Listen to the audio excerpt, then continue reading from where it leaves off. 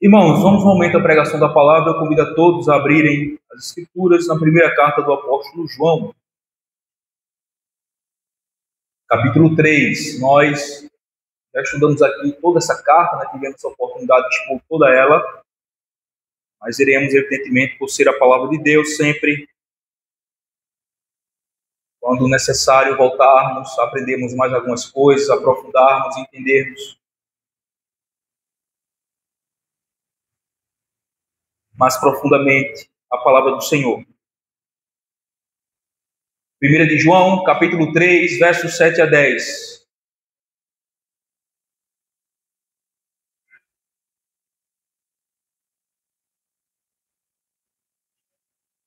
Diz assim a palavra do Senhor, irmão. Filhinhos, não vos deixeis enganar por ninguém. Aquele que pratica a justiça é justo, assim como ele é justo. Aquele que pratica o pecado procede do diabo, porque o diabo vive pecando desde o princípio.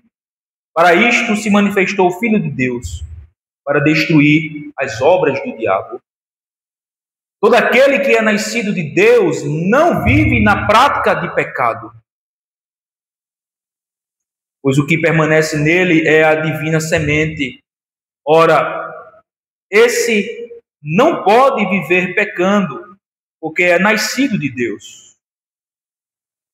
Nisto são manifestos os filhos de Deus e os filhos do diabo. Todo aquele que não pratica a justiça não procede de Deus, nem aquele que não ama a seu irmão.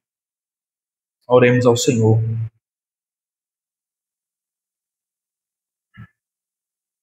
Pai bendito, primeiramente, Senhor, te agradecemos por tua palavra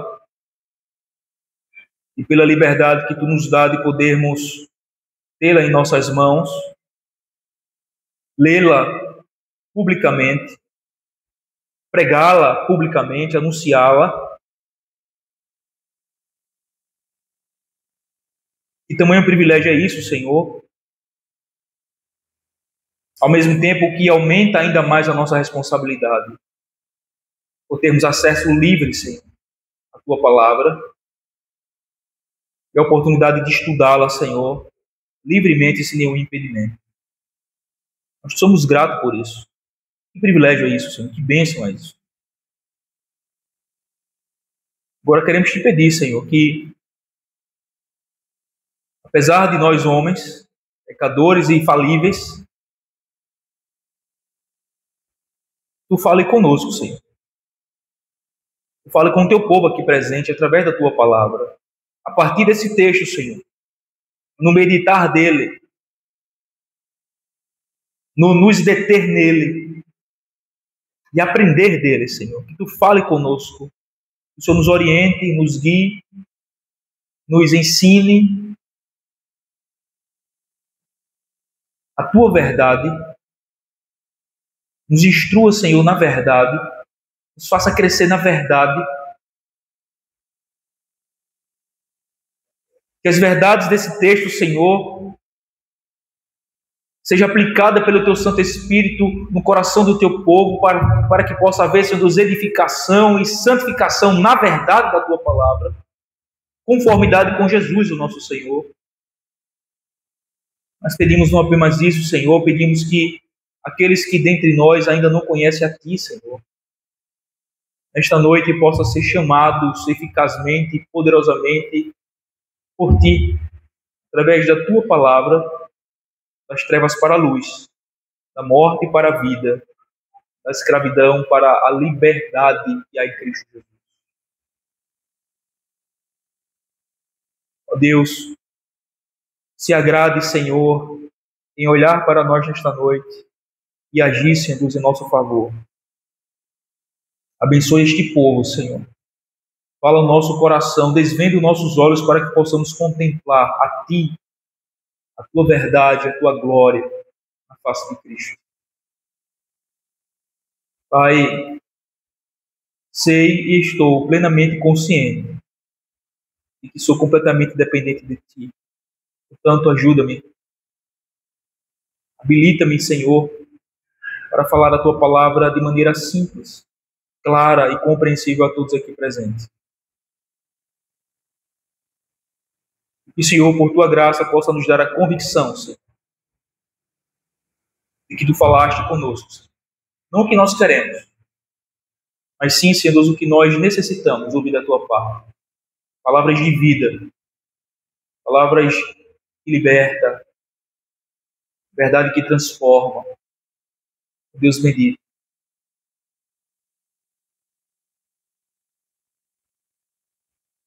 Se nós oramos a Ti, Senhor, e Te pedimos, em nome de Jesus Cristo, nosso Senhor. Amém. Irmãos, título do nosso sermão, Vivendo de acordo com a natureza. Vivendo de acordo com a natureza. Deixa eu introduzir aqui com uma história que eu já citei ela e já usei ela em outro momento, mas vai servir também. É a história do escorpião e da rã. Um escorpião pediu para a rã ajudá-lo a atravessar um rio, porque ele não sabia nadar. A rã negou-se de pronto, né? Claro. Tinha muito medo do famoso veneno do ferrão do escorpião. No entanto, o escorpião argumentou com a rã. Não tenha medo, dona rã. Se eu atacar você, ambos morreremos afogados. Eu não quero morrer, disse o escorpião à rã. Que belo argumento, né? E dessa maneira convenceu a rã. O escorpião subiu nas costas da rã e enquanto ela nadava, ficou observando os movimentos dos músculos das costas da rã. E aí, mais ou menos, na metade da travessia do rio, o escorpião cravou o seu ferrão nas costas da rã.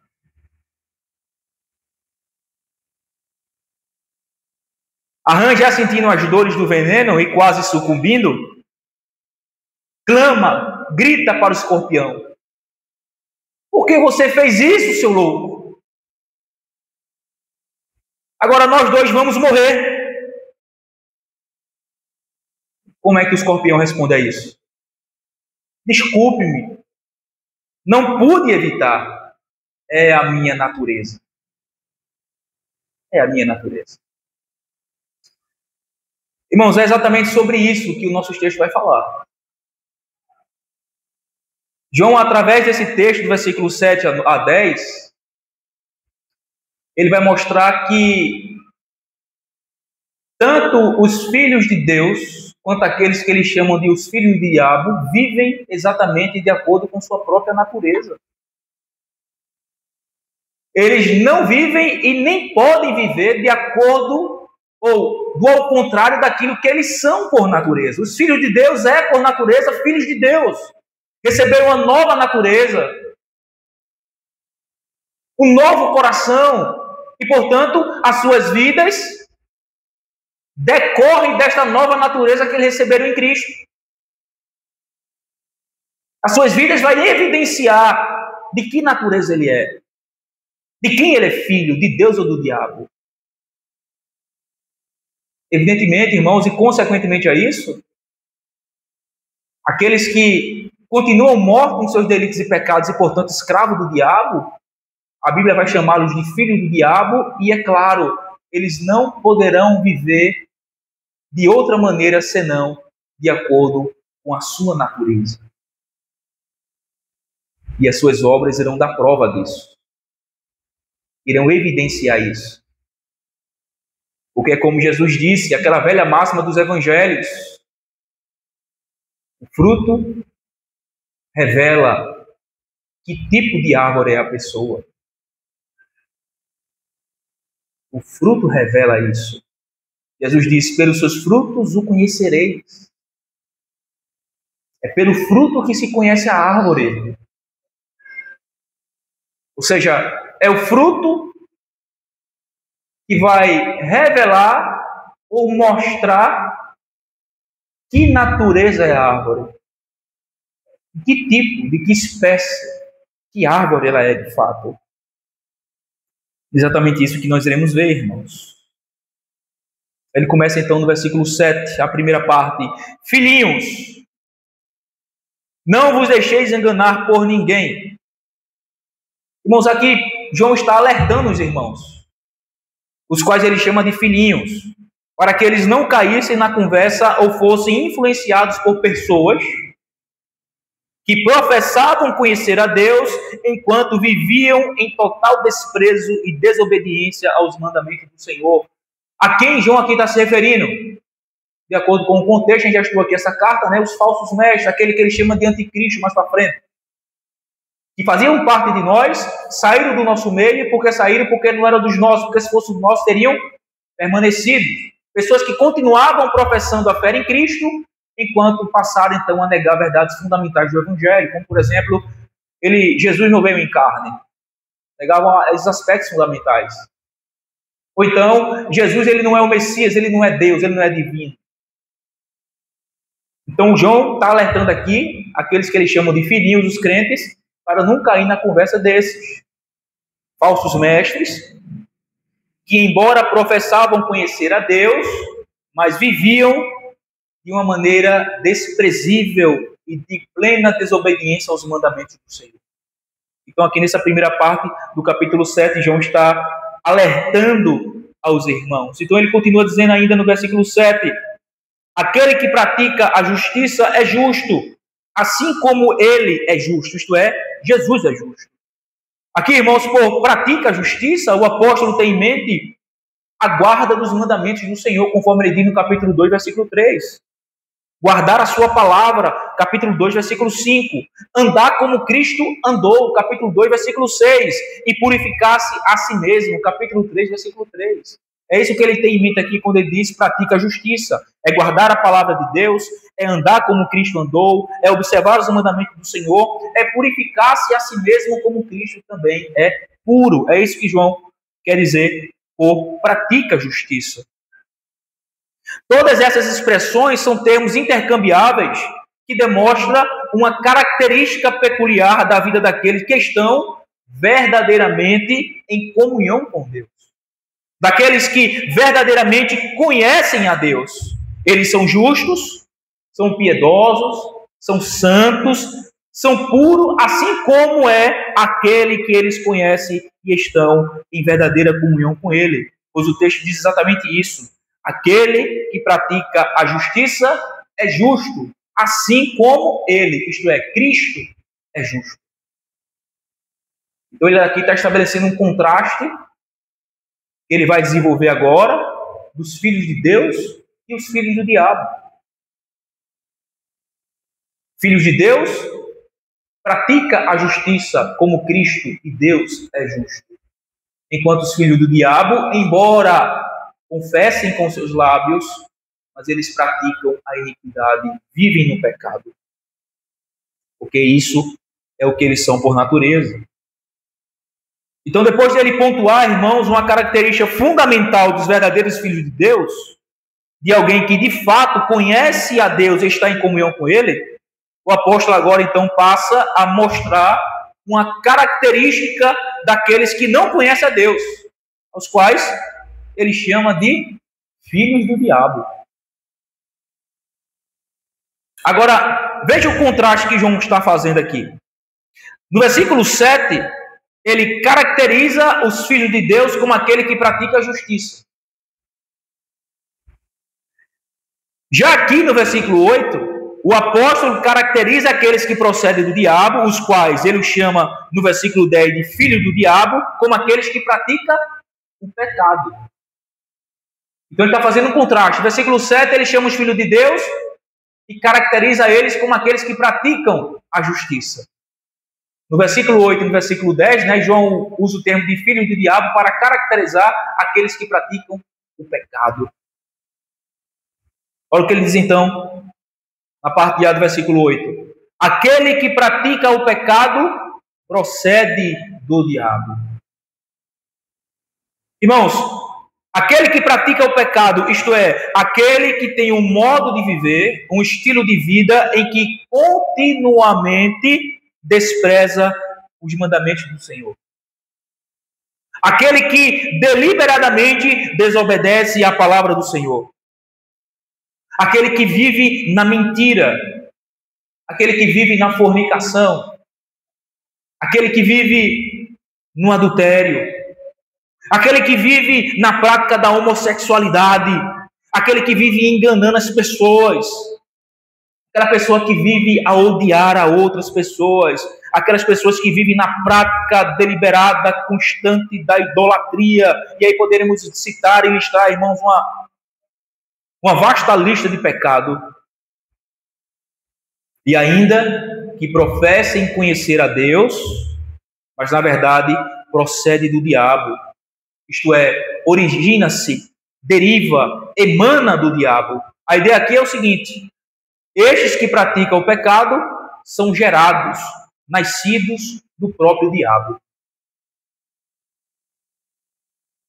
É o que diz o comecinho do versículo 8, né? Aquele que pratica o pecado procede.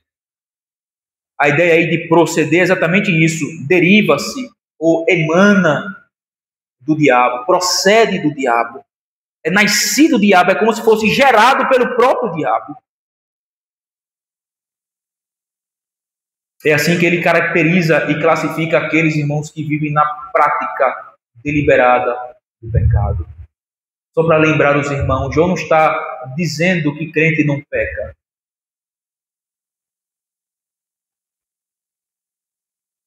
Mas o que ele está dizendo, a fim de contrastar com os falsos mestres aqui, é que crentes não vivem deliberadamente, continuamente, têm um estilo de vida, uma maneira de viver no pecado.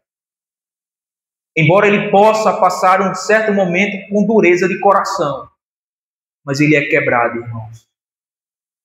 Deus o trata com ele, Deus os traz novamente aos pés da cruz. Então ele caracteriza aqui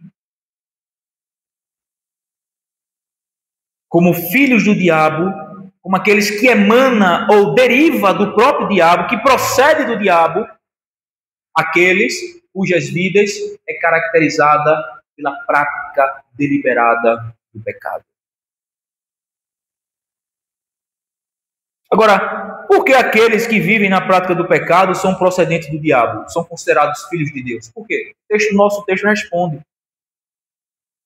Versículo 8 ainda. Porque o diabo vive pecando desde o princípio.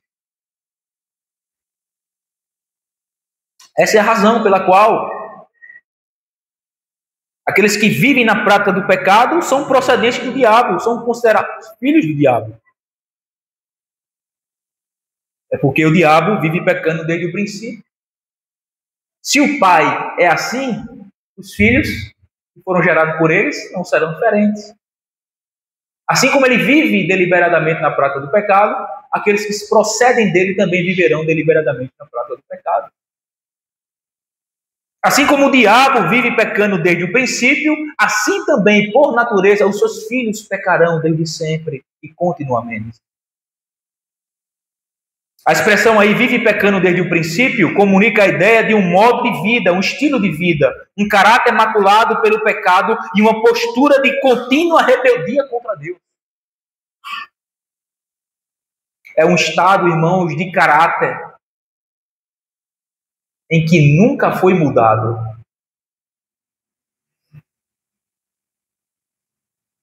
Estado de caráter em que tal pessoa nunca foi mudada. Continua a mesma pessoa desde o começo da vida. Nunca tiveram um real encontro com Cristo. Nunca nasceram de novo. Portanto, as suas naturezas permanecem exatamente a mesma. Por isso que não há mudança real, verdadeira, permanente. É porque não nasceram de novo. É porque as suas naturezas continuam exatamente as mesmas. O argumento do apóstolo é baseado na fonte. Se alguém vive na prática do pecado e vive em deliberada rebelião contra o Criador, significa que este alguém é fruto de uma fonte igualmente pecaminosa e rebelde. No caso aqui, o diabo. Em outras palavras, o que o apóstolo João está dizendo é que, como o diabo, que permanece exatamente o mesmo desde sua rebelião contra Deus, assim também aquele que vive na prática do pecado nunca saiu do seu estado de rebelião contra Deus. Portanto, tem o caráter e a semente daquele que desde o princípio nunca deixou de se rebelar contra o Senhor. O que é, irmãos, absolutamente incompatível com a vida daqueles que afirmam conhecer a Deus e de estar em comunhão com Ele. Pois o texto diz que Jesus veio exatamente para nos libertar do poder do pecado. É incompatível alguém professar com os lábios que conhece a Deus, que está em comunhão com Deus, enquanto as suas vidas mostram exatamente ao contrário. Não faz sentido. É como a gente afirmar que um pé de manga, na verdade, é um pé de jaca. Em outras palavras, para simplificar, né? É como nós afirmamos que um pé de jaca dá manga. Como é que pode? Tem como. A pessoa diz, eu sou uma jaqueira. Mas os frutos mostram que ela não é. Então veja, exatamente isso que o apóstolo João está dizendo aqui. É absolutamente incompatível com a vida daqueles que afirmam conhecer a Deus e estar em comunhão com Ele. Não faz sentido. Pode, porventura, uma fonte de água doce dar água salgada? Pode, porventura, uma videira produzir figos? Não. Videira produz uva. O que produz figo é figueira. Então, uma videira não pode produzir figo. Uma mangueira não pode produzir jaca. Por quê? Porque o seu fruto é simplesmente a consequência de quem ela é por natureza. Se por natureza a árvore é uma mangueira, o seu fruto não será diferente. Ela dará manga, não jaca. E isso é absolutamente incompatível com aqueles que, embora professem conhecer a Cristo e estar em comunhão com Ele, mas cujo fruto de suas vidas diz algo completamente diferente. E o texto diz exatamente isso, que Jesus veio exatamente para nos libertar do poder do pecado. Se Cristo veio para nos libertar do poder do pecado, como então vivermos na prática dele? Versículo 8, parte B. Para isto se manifestou o Filho de Deus, para destruir as obras do diabo. Irmãos, aqui o apóstolo faz questão de chamar Jesus de o Filho de Deus, para enfatizar o quê? A sua natureza divina. E Jesus, o Filho de Deus, veio para destruir as obras do diabo, desfazer as obras do diabo. A palavra aí, destruir, é uma palavra que significa causar um fim, ou abolir, acabar.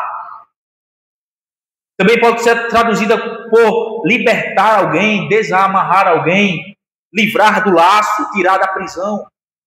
Então, em outras palavras, Jesus veio para tirar-nos da prisão ou da escravidão do pecado, nos libertar da escravidão do pecado, cujo senhor dele é o próprio diabo. Por obras do diabo, fica claro que João está se referindo ao próprio pecado. Portanto, o que João está dizendo aqui, irmãos, é que Jesus veio para dar um fim ao pecado, para abolir o pecado, para nos desamarrar do pecado, nos libertar do pecado, para nos tirar da prisão do pecado, da escravidão dele. No versículo 5, João diz que Jesus veio para tirar os pecados. Ou seja, a ideia é que, em favor daqueles que Jesus veio morrer pelos seus pecados, pecados esses que ele carregou sobre si mesmo, recebendo a justa paga por todos eles, morrendo na cruz. Estes que conheceram a Deus e entraram em verdadeira comunhão com ele por meio da fé naquele que é a expressão exata do seu ser, Jesus Cristo, Filho de Deus, não podem viver deliberadamente na prática do pecado. Porque foi para isso que o Filho de Deus veio nos libertar dele. A escravidão dele. É como João estivesse dizendo o seguinte, irmãos. Se a razão do eterno Filho de Deus em ter se feito carne foi exatamente nos libertar do poder, da influência e da escravidão do diabo e do pecado, então como alguém que vive na prática do pecado pode ser de fato um filho de Deus? Isso é impossível, porque Cristo veio exatamente para libertar o homem da escravidão do pecado. Se a razão de Cristo ter vindo foi exatamente nos libertar do pecado, como alguém que diz que foi liberto por ele vive na prática dele? Como alguém que afirma que teve um real encontro com Cristo, foi liberto por Cristo, está em comunhão com Deus, enquanto ao mesmo tempo vive na prática deliberada do pecado? Se essa é a razão pela qual Cristo veio, nos libertar do poder do pecado, da condenação e do poder do pecado, e está nos libertando da presença do pecado, que se dará em última instância na glória eterna, e que estaremos completamente livres da presença do pecado. Mas por ora, ele nos libertou da culpa do pecado, ele nos libertou do poder do pecado, da escravidão do pecado. Então, se esta é o objetivo da vinda de Cristo ao mundo, para morrer pelos nossos pecados, a fim de nos libertar da escravidão dele, como então alguém que afirma ser filho dele, está em comunhão com ele, ser liberto por Cristo, vive ainda na prática do pecado? É impossível. E quero lembrar novamente, João não está dizendo aqui, irmãos, que crente não peca, mas diz respeito tão somente a um estilo de vida, a uma maneira de viver. É isso que João está dizendo. E que não é compatível com a vida daqueles que professam a fé em Jesus Cristo, o nosso Senhor. É exatamente o que Paulo fala onde? Romanos capítulo 6. Paulo fala exatamente isso a respeito desse assunto. Que diremos, pois? Permaneceremos no pecado para que seja a graça mais abundante? E qual é a resposta que ele dá? De maneira nenhuma. De forma nenhuma. Absolutamente não. Como viveremos ainda no pecado, nós o que para eles morremos?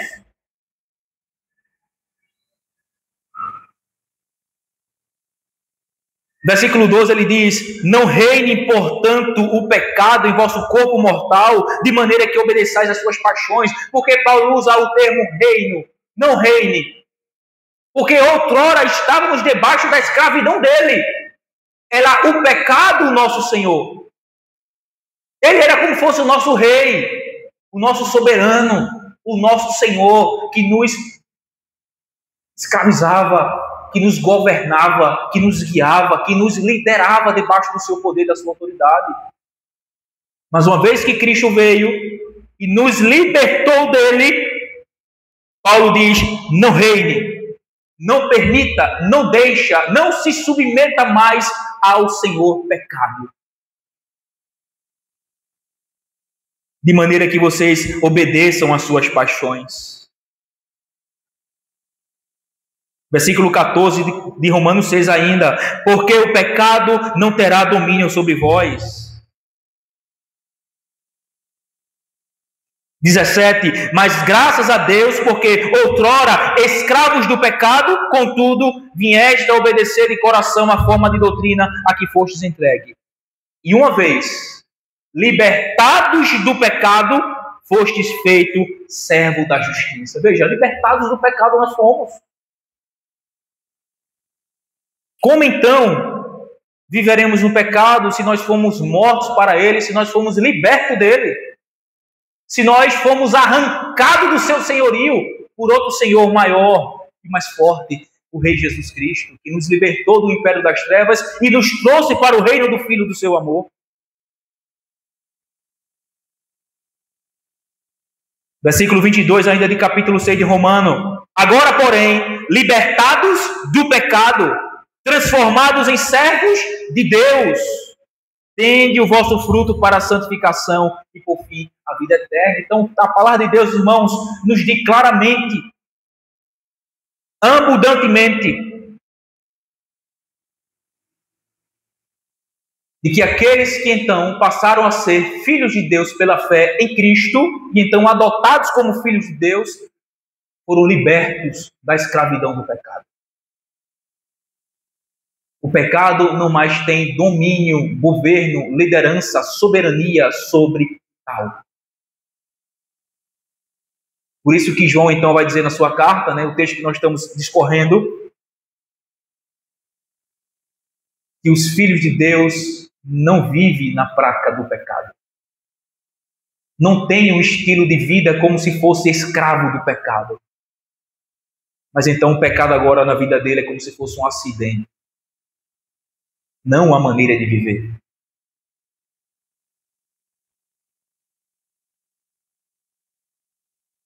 Como tem sido a sua vida?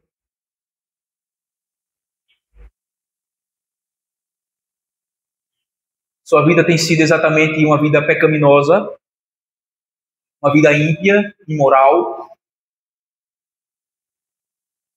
Você tem sido regido, governado, liderado pelos princípios que vai completamente contra a palavra de Deus.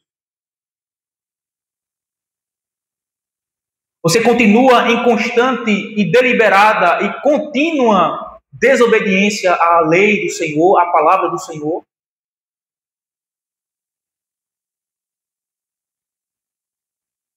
Será que não está no momento de parar para pensar quem você é? Filho de Deus ou filho do diabo?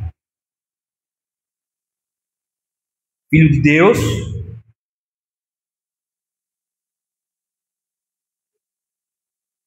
não vive na prática do pecado.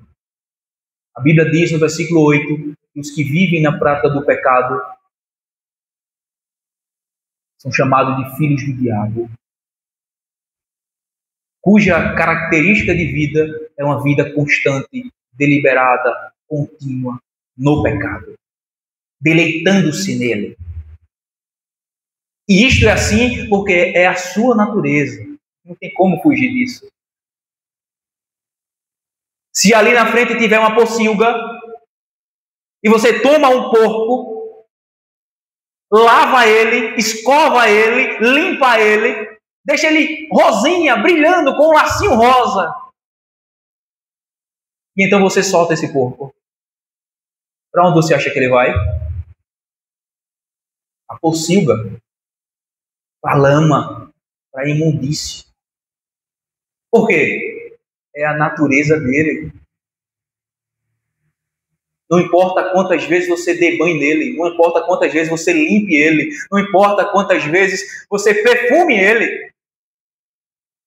Todas as vezes, e em cada oportunidade que ele tiver, ele se lambuzará na lama.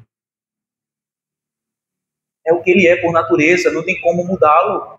A não ser que um milagre aconteça, um porco seja transformado em ovelha. É exatamente isso que é salvação, irmãos. Salvação é isso, éramos todos porcos. Mas o milagre aconteceu, Cristo nos salvou. Isso significa dizer que nós fomos transformados de porco para ovelha.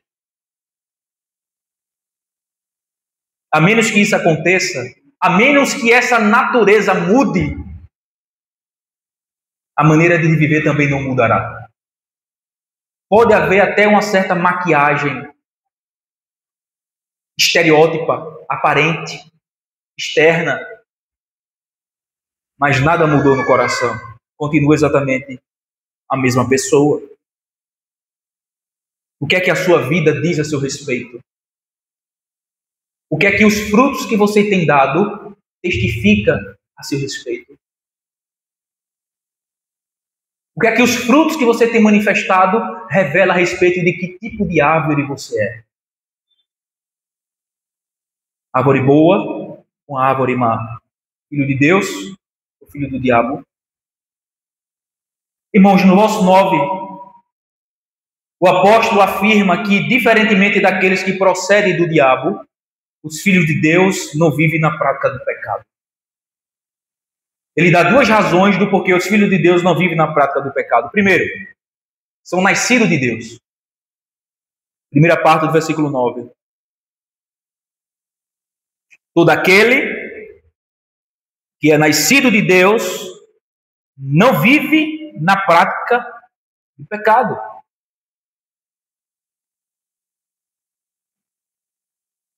Eu não posso deixar isso aqui mais claro. Porque já é claro.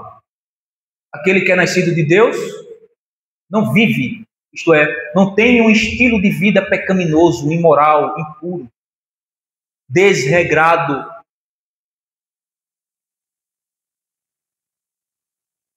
Essa é a primeira razão que o apóstolo João dá a respeito do porquê os filhos de Deus não vivem na prática do pecado. A primeira é, nascido de Deus, eles são nascidos de Deus. Quem nasceu de novo, quem experimentou o novo nascimento, quem foi regenerado, a Bíblia identifica como? Primeiro, nasceu de Deus, 1 João 3,9, é o texto que nós estamos. Nasceu do Espírito, João capítulo 3, versículo 5 a 8. É gerado de uma semente incorruptível, 1 de Pedro 1,23.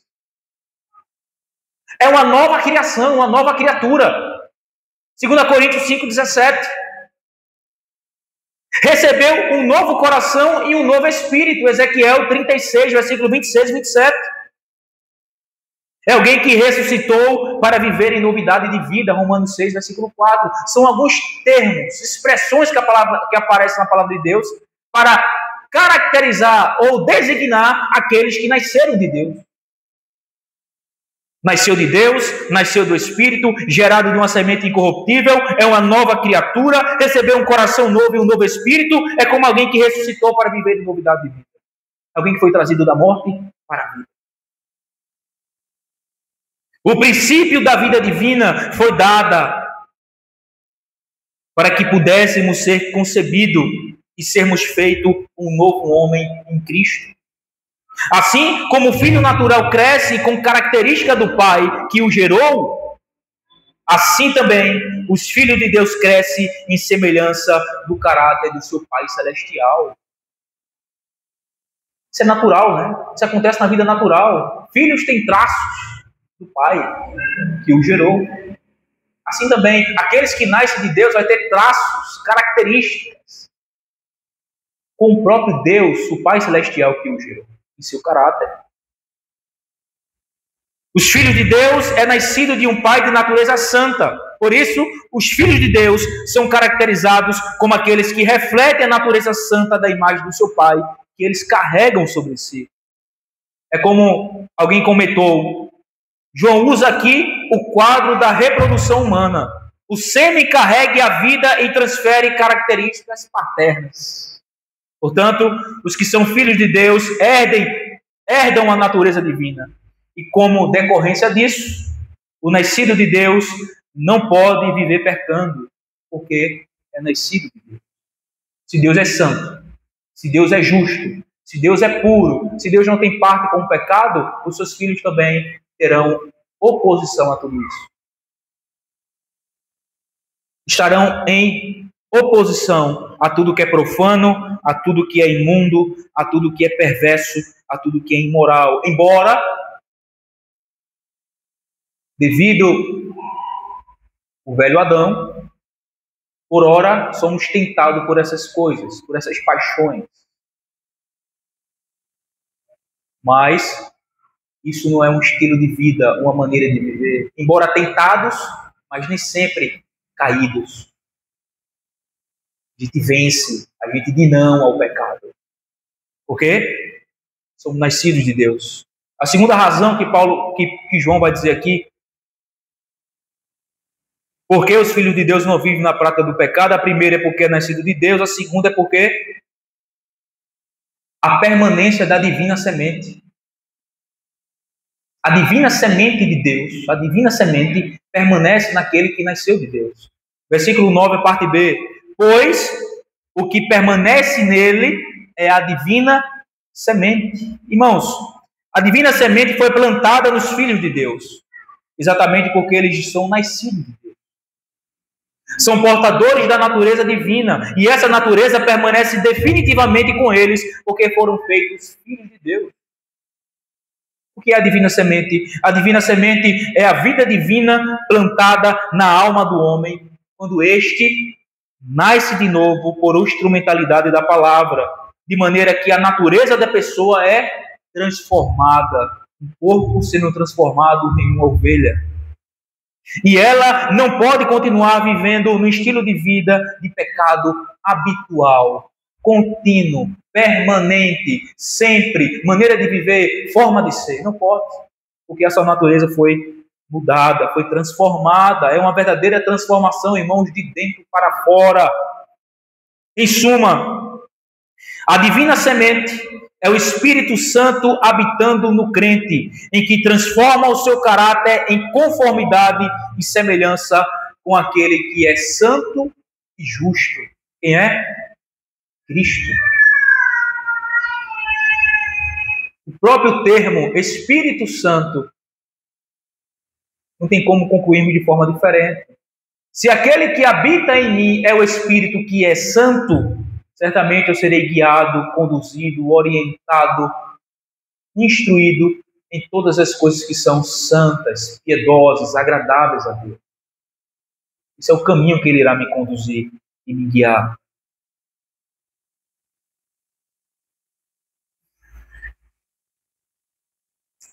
Você já nasceu de Deus? Veja, eu não estou perguntando se você professou a fé em Cristo, que você foi batizado, que você é membro de uma igreja. Eu não estou perguntando isso.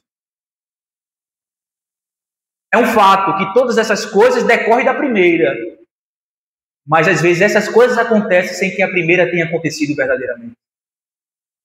O que eu quero dizer é o quê?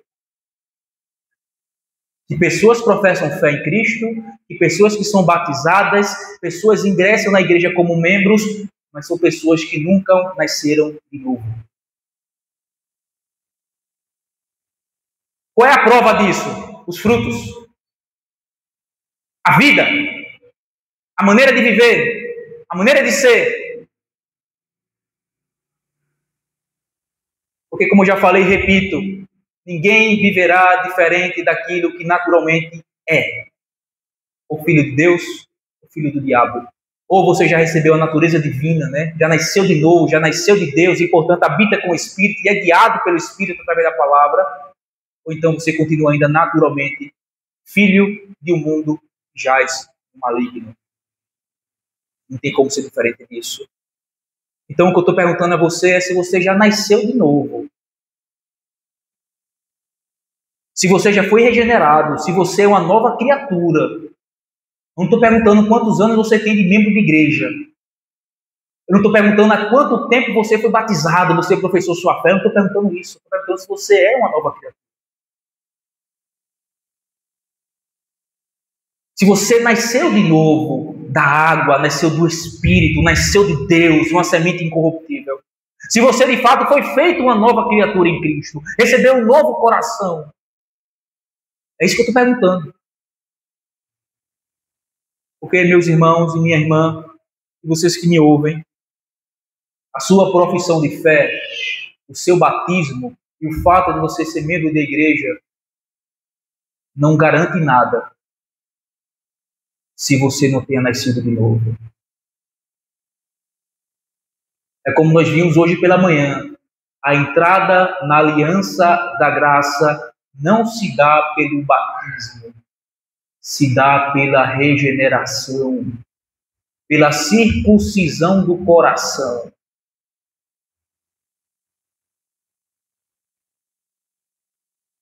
E ninguém será salvo se isso não tiver acontecido. Você não será salvo se você não nascer de novo. Eu professei a fé, pastor. Ok. Eu fui batizado, certo. Eu sou membro de igreja há 30 anos. Tá bom. Mas você nasceu de novo? Não. Nada garantido.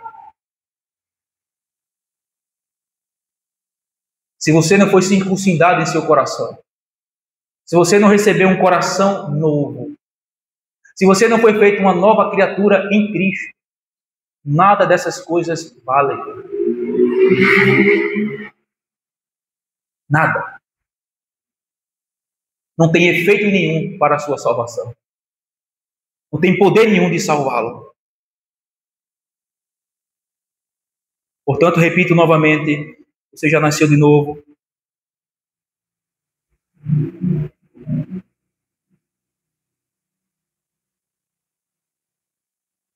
Para concluirmos, versículo 10. Então ele divide o mundo em duas partes. Nisto são manifestos os filhos de Deus e os filhos do diabo. Todo aquele que não pratica a justiça não procede de Deus, nem aquele que não ama seu irmão. Irmãos, tenha algo em mente. Não existe neutralidade. Só existe duas classes de pessoa no mundo. Ou é um ou é outro. Ou é filho de Deus ou é filho do diabo. O texto diz, nisto são manifestos os filhos de Deus e os filhos do diabo. Não há, vamos dizer assim, uma terceira paternidade.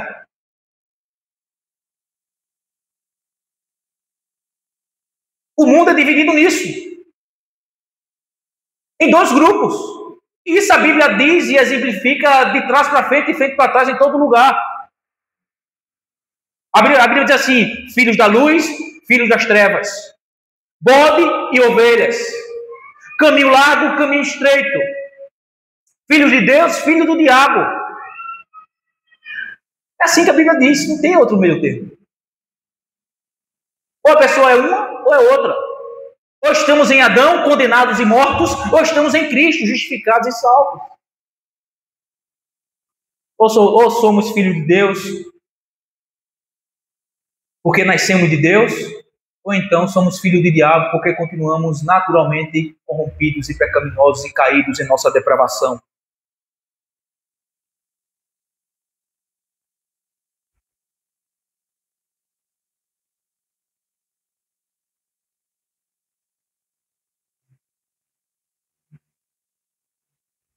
Aquele que não pratica a justiça. Estes são aqueles que não são os filhos de Deus. Não pratica a justiça significa não guardar os mandamentos do Senhor. Não guardar a sua palavra. Não andar como Cristo andou, conforme diz capítulo 2, versículo 6. E não purificar-se a si mesmo. Assim como ele é puro. Aquele que afirma o conhecer e estar em comunhão com Cristo. É equivalente a uma vida imoral, aquele que não pratica a justiça. Desregrada, uma vida descompromissada com a conduta moral em relação à obediência à palavra de Deus. Estes são aqueles que não praticam a justiça. São pessoas que se valem da graça de Deus para dar vazão aos seus desejos carnais e não consideram que a graça que salva e perdoa é a mesma que transforma e santifica o caráter. Você já viu pessoas dizer assim? Eu já ouvi. Já ouviu pessoa invocar a graça de Deus para justificar a sua maneira pecaminosa de viver? Ah, mas é a graça de Deus. Enquanto as suas vidas desregradas, imorais, pecaminosas, e esquecem que a palavra de Deus ensina que a graça de Deus não apenas salva o pecador, mas transforma o pecador e o habilita para viver em toda boa obra.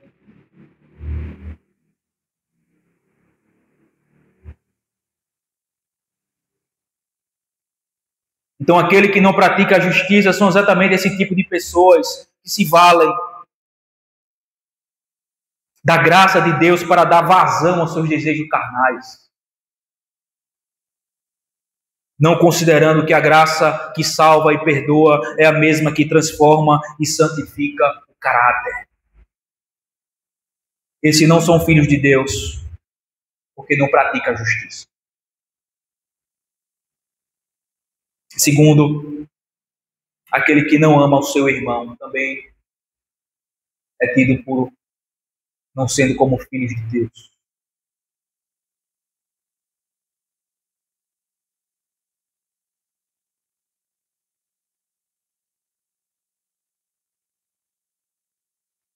De novo, para nós concluirmos, não existe neutralidade, meus irmãos. Não existe neutralidade.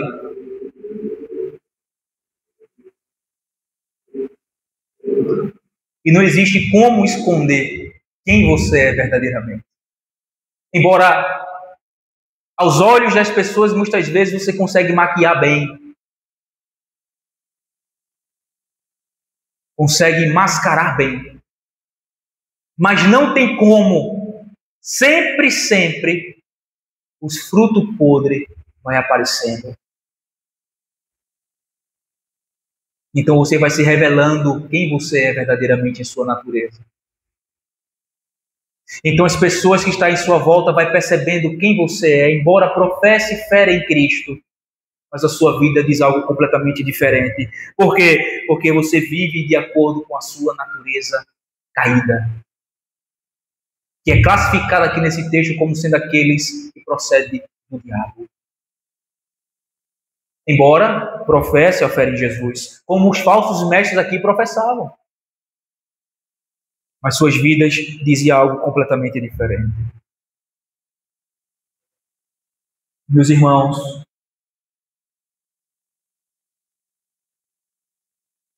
cada um de nós